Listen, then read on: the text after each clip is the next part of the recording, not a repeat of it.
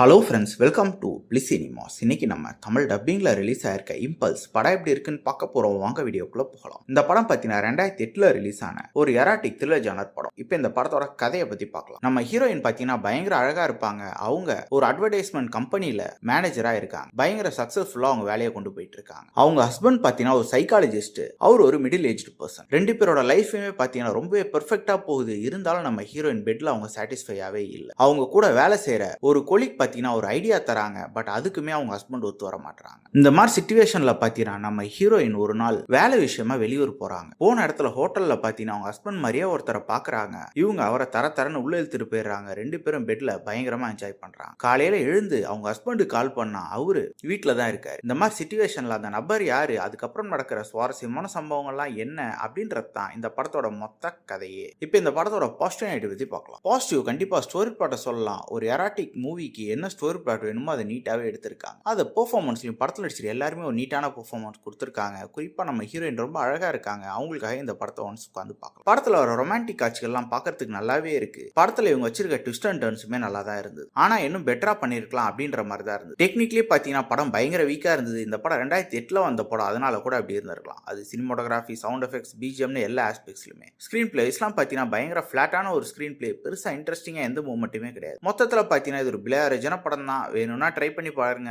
இந்த படத்துக்கு IMDbல பாத்தீங்கன்னா 4.7 கொடுத்திருக்காங்க. 1900 பேர் ஓட் பண்ணிருக்காங்க. இந்த படத்துக்கு நம்மளோட ரேட்டிங் ஒரு 4 மார்க் கொடுக்கலாம். படத்துல அடல் கண்டென்ட் இருக்கு, சோ ஃபேமிலியோட ட்ரை பண்ணாதீங்க. இன்னொரு வீடியோல சந்திக்கலாம். தேங்க்யூ.